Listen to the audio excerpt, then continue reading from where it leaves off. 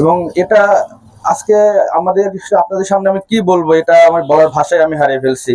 আমাদের সমাজ আজ কোন পর্যায়ে গেছে, আমাদের নৈতিকতার অবনতি কোন পর্যায়ে গিয়ে ঠেকেছে যে আমরা আমাদের একটা ছোট বাচ্চা ধর্ষণের শিকার হতে হচ্ছে এবং তাকে ধর্ষণের পরে নৃশংসভাবে হত্যা করা হয়েছে এবং তার মুখটাও বিকৃত করে দেওয়া হয়েছে।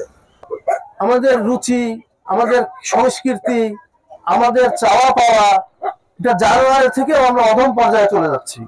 মানুষ হিসাবে আমাদেরকে আর ভাবতেই এখন কষ্ট হচ্ছে, আমরা কি আসলে মানুষের মধ্যে আছি? তা আসলে আমি প্রশাসনকে অনুরোধ করব যে যত দ্রুত সম্ভব এদেরকে আইনের আওতায় এনে শাস্তির ব্যবস্থা করা হোক। দরকার অ্যাকশন, অ্যাকশন এন্ড অ্যাকশন।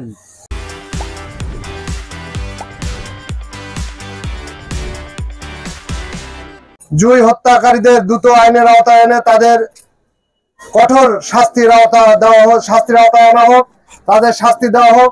কারণ আপনারা জানেন সারা দেশব্যাপী শিশু নির্যাতনের যে ভয়াবহ চিত্র, তা আমাদের জন্য খুবই উদ্বেগজনক। শুধু জুঁইয়ের মতো নয়, শুধু জুঁই নয়, জুঁইয়ের মতো অনেকেই প্রতিদিন, প্রতি সপ্তাহে এই নৃশংস হত্যাকাণ্ড, ধর্ষণ ইত্যাদি কাজগুলো হয়ে আসছে। সকলেই বলছেন দ্রুত দ্রুত গ্রেপ্তার করুন, বিচার করুন।